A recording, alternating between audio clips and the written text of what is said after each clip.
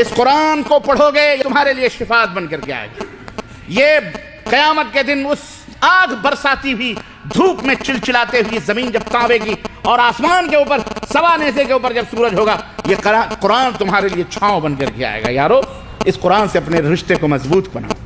یہ قرآن ذالک الکتاب لا ریب فیہ, اس کے اندر کوئی شک نہیں, اس کے اندر کوئی شک نہیں, اس کے اندر ہر چیز ہے. ایک کافر یقین رکھتا ہے, ہم مسلمان ہو کے کیوں نہ یقین رکھیں. وَنُنَزِّلُ مِنَ الْقُرْآنِ مَا هُوَ شِفَاءٌ وَرَحْمَةٌ لِّلْمُؤْمِنِينَ, مومنوں کے لیے اس میں نجات ہے, شفا ہے, بخشش ہے, اس کے اندر سب ہے. یہ پورے کائنات کا خزانہ اس قرآن کے اندر موجود ہے. اس قرآن کو طاقوں پہ سجا کے مت رکھو کہ بس سجا کے اور چوم چاٹ کے خلاص سر پہ رکھ کے چوم لیا, چاٹ لیا اور اتنی اوپر رکھ دیا الماریوں میں کہ ہمارے بچوں کی بھی ہاتھ نہ پہنچے. اور جب کوئی مرا تو قرآن بھی نہیں, حفظ جی لوگوں کو ٹوپیاں پہنا کے سپارے پڑھاتے ہیں, چلو چنے پڑھو, چلو قرآن کی تلاوت کرو. ہم نے بھی بڑے آپ لوگوں کو بتایا ہے نا, میں نے یہیں پہ بتایا نا, بڑی قرآن خوانیاں کری ہیں اور بڑے الو بنائے آپ لوگوں کو. آپ ہی لوگ بلاتے تھے, اور کون بلائے گا, عوامی بلاتی تھی. اور دلی والے خاص طور سے عاقل صاحب ماشاءاللہ پیچھے بیٹھے ہوئے ہیں, بڑے بیوقوف ہوتے ہیں. اور اللہ جب دین لیتا ہے تو عقلیں چھین بھی لیتا ہے نا. میں سب کو نہیں کہہ رہا ہوں, جو اہل حق ہیں الحمدللہ بڑے عقل والے ہیں, عاقل صاحب بڑے عقل والے ہیں ماشاءاللہ بھائی, ہے نا. لیکن بیچارے اعوذ باللہ, ہمیں یاد ہے وہ ایام, تجھے یاد ہو کہ نہ یاد ہو, مجھے یاد ہے ذرا ذرا. مسجد کے بیٹھک پہ بیٹھا رہتے تھے, کوئی آتا تھا السلام علیکم, وعلیکم السلام. ہم انتظار کرتے تھے کوئی مرغا پھنسے یا کوئی مرے, آوے خبر کم از کم.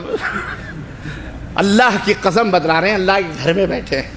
ایک دفعہ تو پیسے ہی نہیں تھے ناشتے ہوتے, کہ بڑا متفکر ہو کے بیٹھا تھا, یا اللہ کہیں سے کوئی مرغا آوے. اتفاق سے آ گیا ایک, کہا حافظ جی 4 قرآن چاہیے, 4. ہم نے کہا کوئی بات نہیں, مل جائے. کب چاہیے؟ کل. ٹھیک ہے. اچھا 15 آدمی آئیں گے. اچھا 15 آدمی آئیں گے, 2 روپے کے حساب سے 15 30 روپے کرایہ ہو گئے, بھاڑے ہو گئے رکشے کے. اچھا صاحب بھاڑے لے لو, آپ بھاڑے لے لیے. ہم نے اس کے بعد آ کر کے اعلان کر دیا, مار کٹائی ہوتی تھی طلبہ میں, ابے ہمارا نام لکھ, وہ کہتا ہمارا نام لکھ. تو اس میں آسامی, برماوی, کچھ سب لڑکے ہوتے تھے, یو پی کے, بہار کے سب. تو ہم لوگوں نے گروپ کبھی دیکھ, وہ اس کے ہاں کوئی پارٹی آتی ہے نا تو اپنے لوگوں کو نہیں بلاتا, یو پی والوں کو الگ کر لو, خلاص اپنے یو پی والے جائیں گے. ہاں یار صحیح بات ہے. 15 لڑکے چن لیے. اب اس میں یہ ہوتا تھا کہ ابے دیکھ, کسی کو مولوی صاحب نہیں کہنا, سب ایک دوسرے کو حافظ جی بولنا. اللہ کے تم کتنے بیوقوف, کتنے قرآن خوانی کے نام پر کیا کیا ناٹک اور ڈرامے ہوتے ہیں وہ ہم جانتے ہیں, تمہیں کیا پتا. تم تو چادر اور کھراڑے لے گئے سوتے ہو, فجر بھی غائب تمہاری. ہیں مولانا صاحب آ رہے ہیں, علامہ صاحب آ رہے ہیں, دودھ کے دھلے ہوئے فرشتے ہیں, زباں پہ امن کے نغمے ہیں, دل جہنم ہے. ابے ہم نے تو ایسے حسین دیکھے ہیں, اعوذ باللہ استغفر اللہ.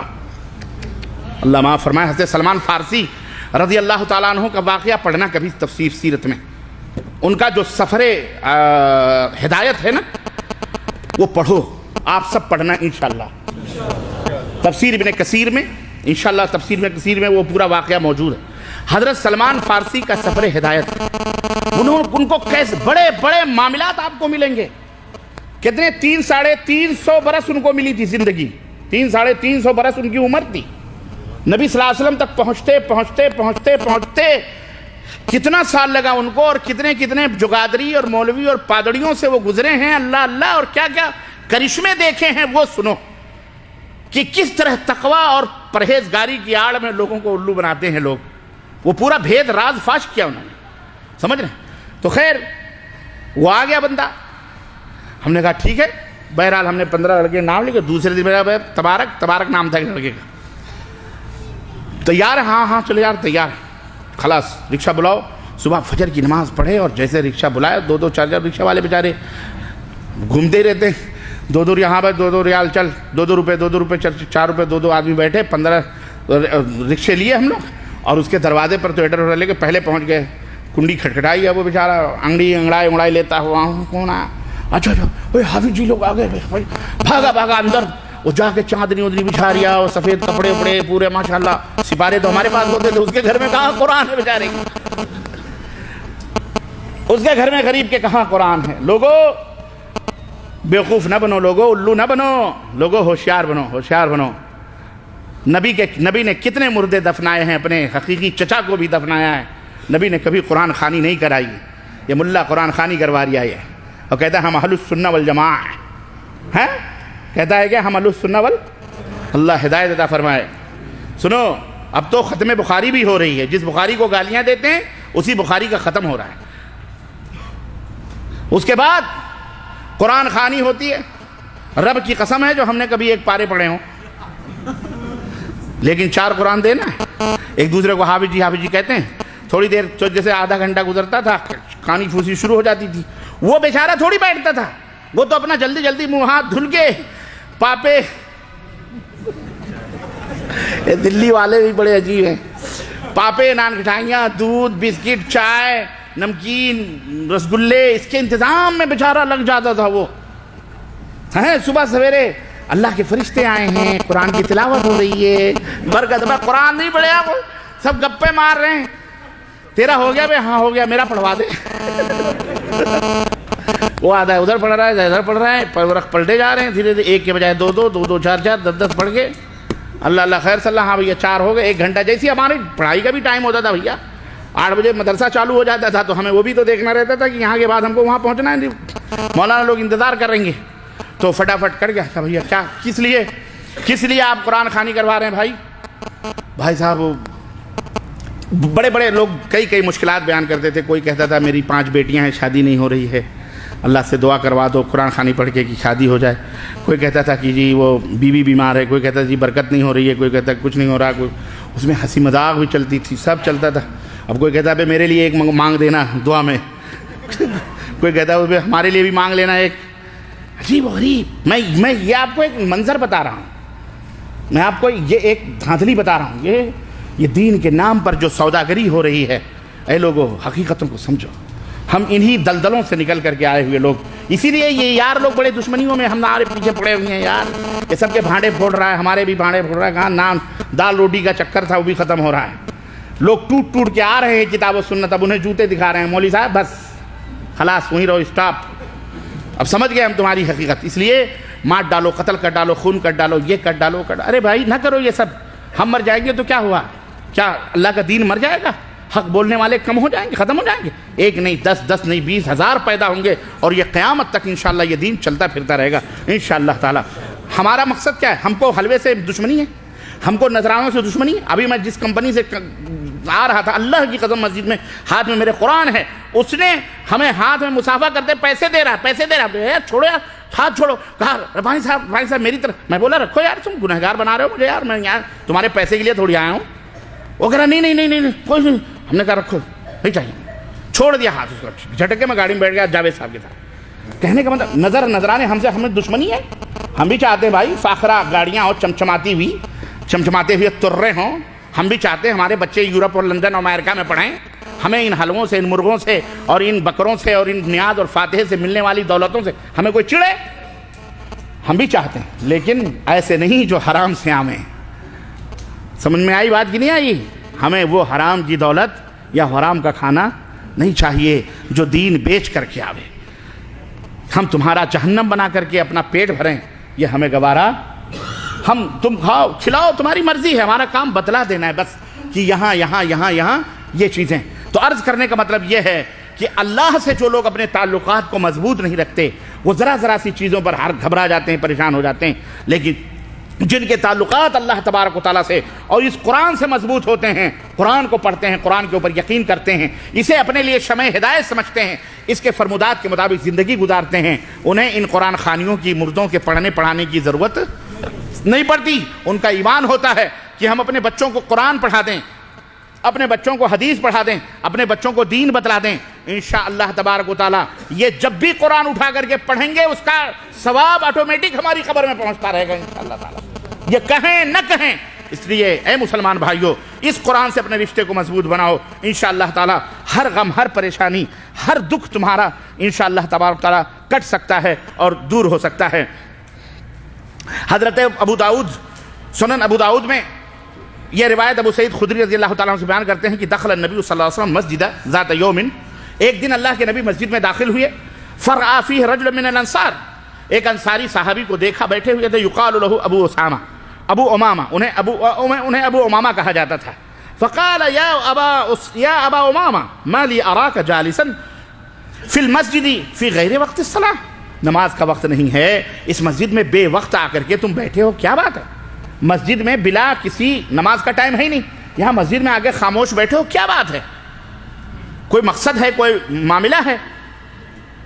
قال ہموم لزمتنی ودیون یا رسول اللہ، اے اللہ کے نبی قرضوں نے اور دنیا کے غم نے پریشان کر دیا تو آ کے اللہ کے گھر میں بیٹھ گئے۔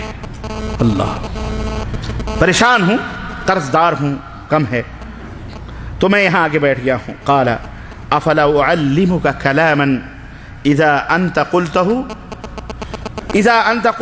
اذهب الله عز وجل همك وقضى عنك دینک، کیا تجھے یہ اچھا نہیں ہے، پسند نہیں ہے کہ میں تمہیں کچھ ایسی دعائیں بدلا دوں کہ جن کے ذریعے سے تم اگر اللہ سے دعا کرو تو اللہ تمہارے غم کو بھی دور کر دے اور تمہارے قرضوں کو بھی اپنی طرف سے پورا کر دے؟ اب کیا چاہیے ان کو؟ بھائی اندھے کو کیا چاہیے؟ دعا کھائے، خوش ہو گئے، کیا کتنی بڑی بات ہے۔ اللہ کے نبی تو اللہ کے نبی صلی اللہ علیہ وسلم سے کہیں قل تو بھلا یا رسول اللہ، کہنے لگے ہاں اللہ کے نبی کیوں نہیں، بتلائیے۔ قال قل، تو اللہ کے نبی نے دعا سکھائی، اذا اصبحت واذا امسیت، صبح اور شام یہ دعا پڑھا کرو، جب صبح ہو تو اور جب شام ہو تو۔ کون سی دعا؟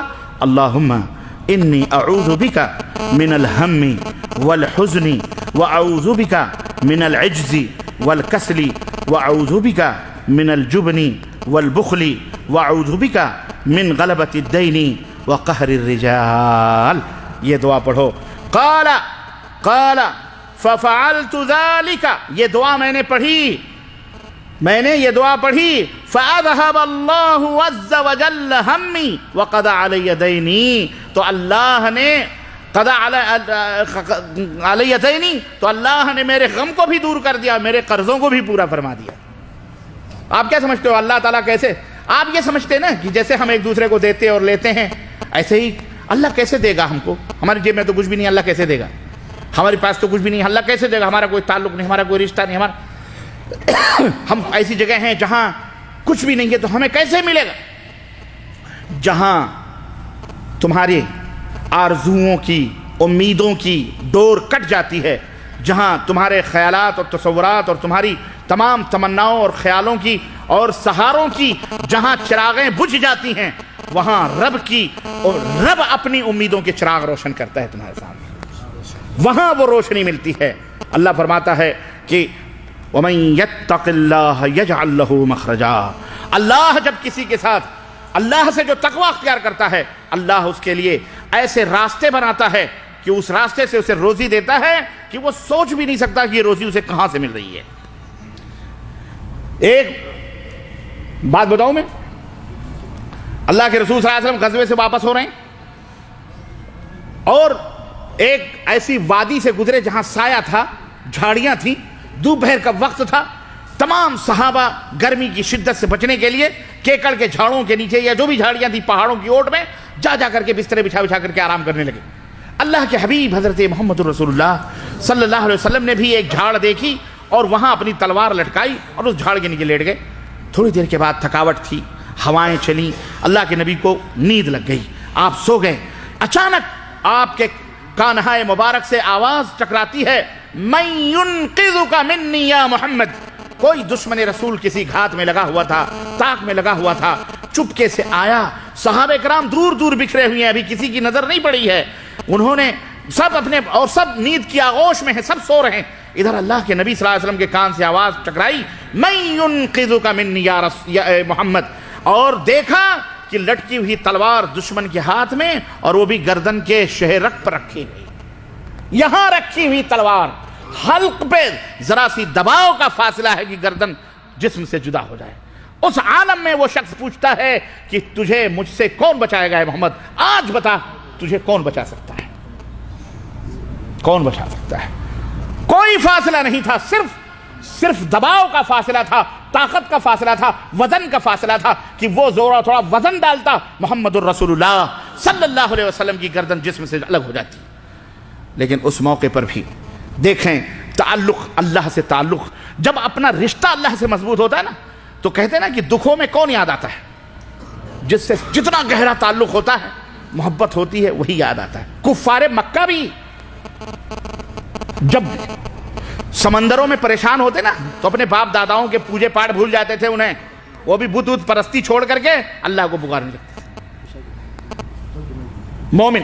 اور آج تو افسوس یہ ہے ہمارے کلمہ پڑھنے والوں کو کہ یہ کفار مکہ سے بھی بدتر ہو چکے ہیں کہ وہ تو کم از کم دکھوں میں مصیبتوں میں اللہ کو پکارتے تھے، یہ تو خوشی ہو یا مصیبت ہو یہ صرف شیخ عبد القادر جیلانی، غوث اور خواجہ اور فلانے یہی پکارتا ہے، بابا ہی کا نام لے رہا ہے، یہ اس سے بھی بدتر ہو چکا ہے۔ اللہ کے رسول صلی اللہ علیہ وسلم نے جب دیکھا یہ منظر، وہ آپ تصور کریں، اللہ کے رسول صلی اللہ علیہ وسلم نے مسکراتے ہوئے فرمایا اللہ، اسے سوال کیا نا میں ينقذک منی، مجھ سے کون تجھے بچا سکتا ہے؟ قال اللہ، اللہ کے حبیب نے دل سے کہا میرا اللہ مجھے بچائے گا۔